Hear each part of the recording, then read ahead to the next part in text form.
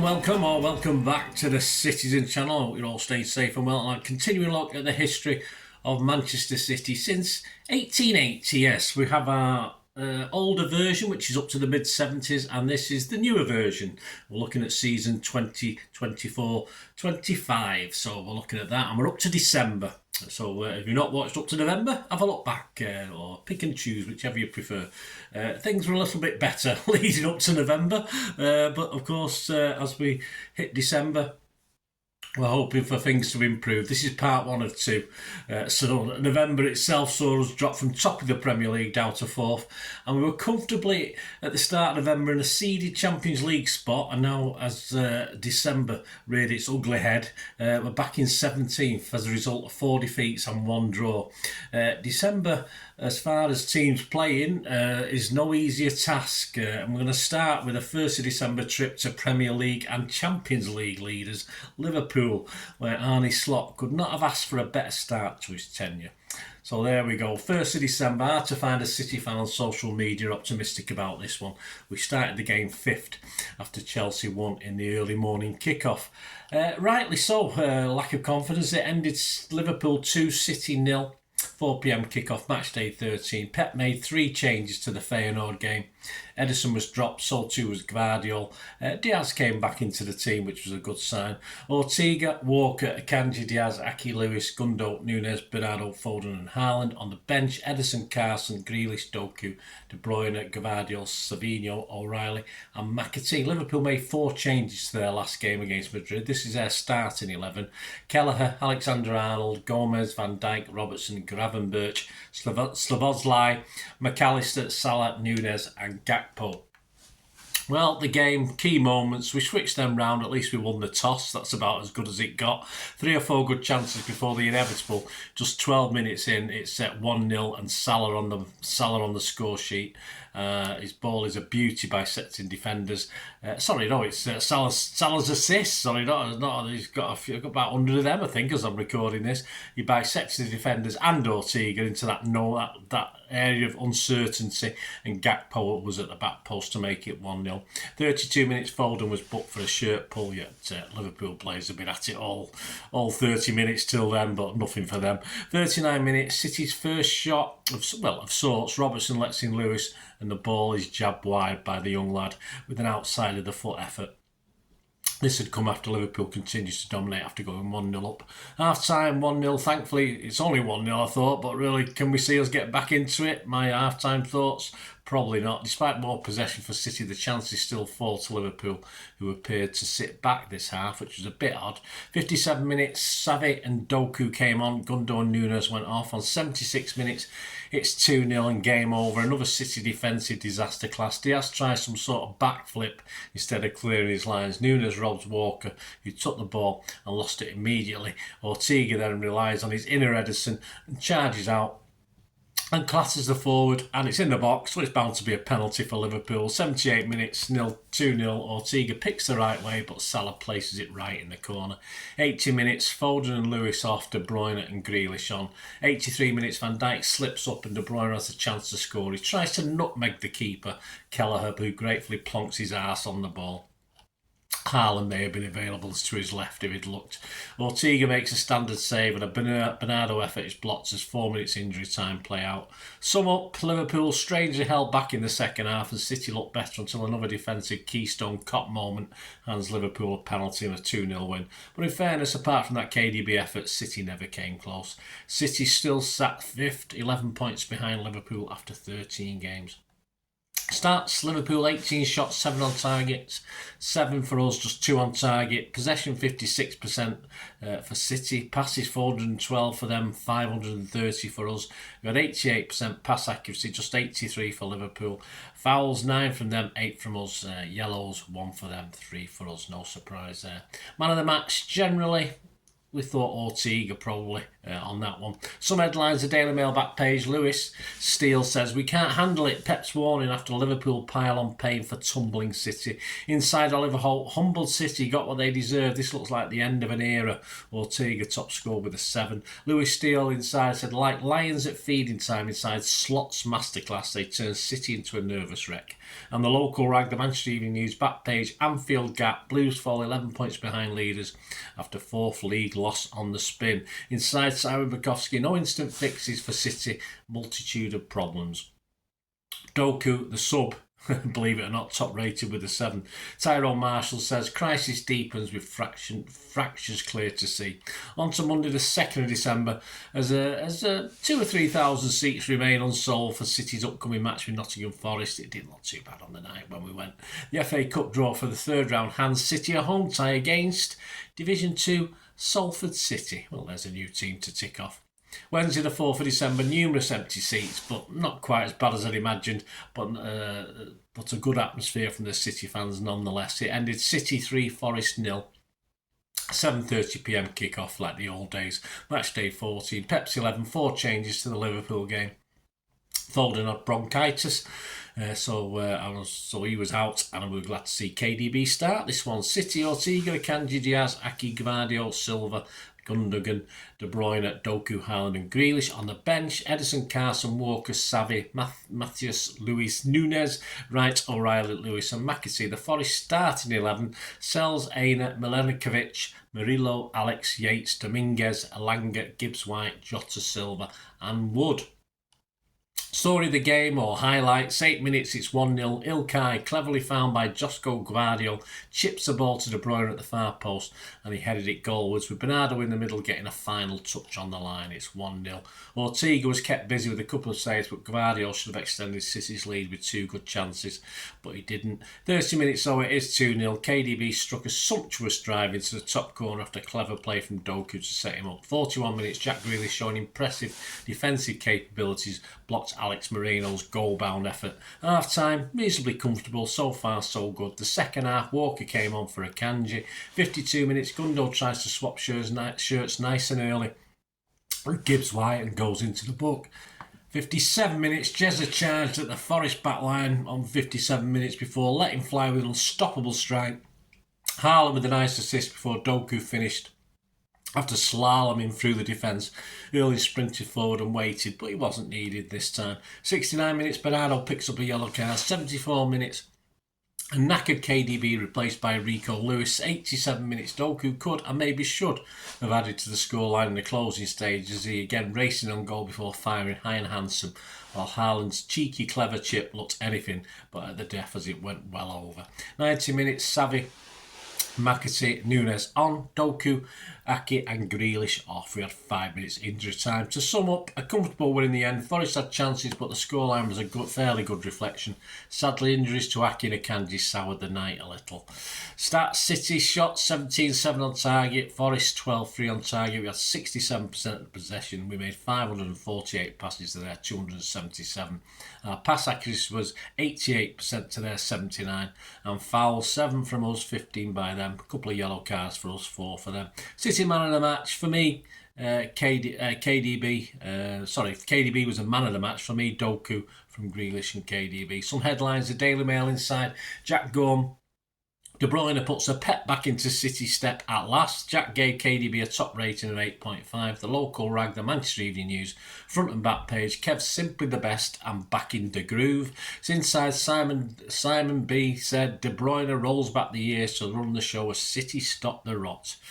For then, KDB Doku top score with an 8. No spoilers in this bird. Come on.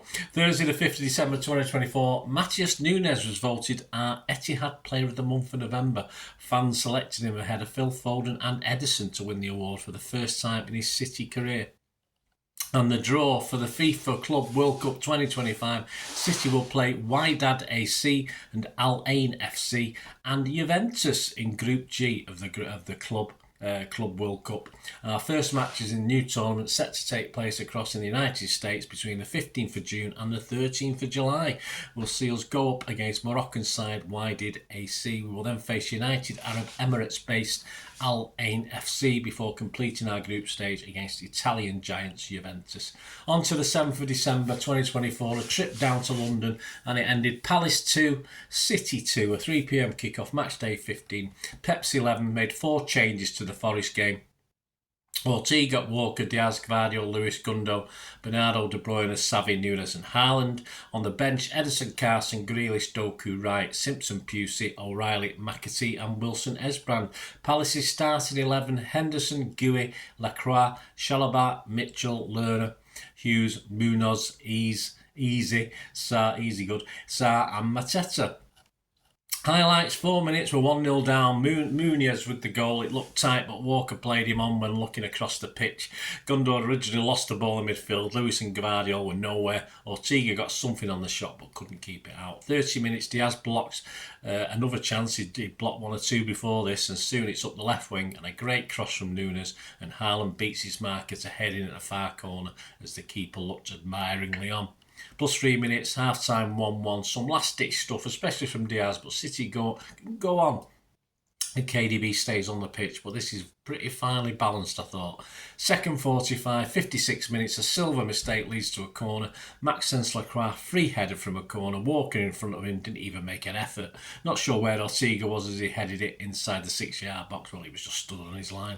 68 minutes, a tight passing move featuring De Bruyne, Gundo and Bernardo sets up Rico Lewis, whose finish is a beauty into the roof of the net. 79 minutes, Doku is on for Xavi. 84 minutes, a second yellow of the day for Rico, who lunges in, not much to it, but this ref couldn't wait to get his red card out. 86 minutes, Kevin De Bruyne can give no more, and Jack Grealish is on a couple of late corners. As soon as City break with Doku, the ref blows for full time. Of course he does.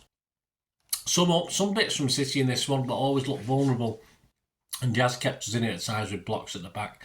A point not really good enough, but have to be grateful for anything at the moment. Stats, Palace and City. Palace 12 shots, 3 on target. City 12 shots, 4 on target. We had 69% possession, 333 passes from Palace, 719 for us. Again, pass accuracy, 88% for City. There's a trend, isn't there? It used to be in the 90s on a regular basis. 77% for Palace, 4 fouls from them, 10 from us, 1 yellow for them. Man of the match, well, we won't talk about the red card, but we'll red 2 yellows for us added up to a red. Man of the match, Diaz. Some headlines, the Observer back page, Storm Rio, Mail on Sunday inside, Riv Al Samarai, frail confidence and shot nerves as City's sorry trudge goes on. Guardiola fumes as Palace sees on Walker's errors and Lewis is sent off. The local rag, the Manchester Evening News, the back page, slipping away, another blow in the title race as injuries and suspensions bite hard. Inside, Simon Pekowski fights back, sending off, and the title looks a lost cause. Probably does. Joe Bray, no shelter from the City Storm. It's written all over Pep's face. Not good enough, says Bernardo Silva. On to Monday, the 9th of December 2024, Kevin De Bruyne, Ederson, Erling Haaland and Rodri were all named in the 2024 FIFA Pro Men's World 11. The 4 have been selected after a voting process that included over 21,000 professionals from 70 countries, making this a particularly coveted recognition for the game's elite. And the hearing into City's 115 charges, which apparently grew to 130, nothing to do with my City 130 vlog that I've been doing all season long, has now concluded, and we wait the outcome. Hopefully, the sooner it is, the better it will be, apparently, so I believe. Tuesday, the 7th of December, Pep confirmed that he would not have the energy to manage another football club when he leaves City, but hinted that an international coach position would be feasible. Wednesday, 11th of December, in Turin, it ended Juventus 2, Manchester City 0 on the 11th of December, 8 p.m. kickoff, match day 6 of the Champions League 36-team format. Pep's 11, 3 changes to Palace: Ederson, Walker, Diaz, Gvardiol, Lewis, Gundo, De Bruyne, Bernardo, Doku, Grealish and Haaland. On the bench, Ortega, Hudson, he's the under-18 keeper, Kovacic, Savinho, Nunes, Foden, Wright, Simpson, Pusey, O'Reilly, McAtee, Wilson Esbrand. The Juventus starting 11, Di Gregorio, Danilo, Gatti, Kalula, Kriatengua, Savona, Locatelli, Thuram, Francisco Conchiao, Coop Miners, Yildiz and Vlahovic. Comments on the game: a pretty forgettable first half overall, but the best chance had fallen to Haaland. 40 minutes, De Bruyne played a subtle pass into the path of Haaland's run beyond the home defence, and their keeper Grigoriy comes off his line. Haaland tries to dink it over him, but Grigoriy pushes out his right hand to stop his dink. Half time, it's 0-0 into the second 45, yes, and on 53 minutes we're 1-0 down. Gatti on the break, and once he passes the ball to his right, he keeps going into the penalty area. When the ball eventually comes in, he meets it with a decent shot, but it's too close to Ederson, who just pushes it away when it looks as though he should have held it. Hey, thanks for the back pass, mate. Anyway, it's crossed back in this time, and Vlahovic wins a header above Gvardiol, whose 6-foot frame shrinks to about 4 feet. Ederson reacts as best he can, chests it onto the post, and it squirms just over the line as Ederson attempted to claw it out. Despite some City half chances and block shots, it's 2-0 on 74 minutes. Danilo stops Doku and passes infield to McKennie, who releases Weah onto the right side of the area with a lovely pass. Lewis scampers after, and Weah tries to shoot and hits Rico, but the ball deflects straight back to him.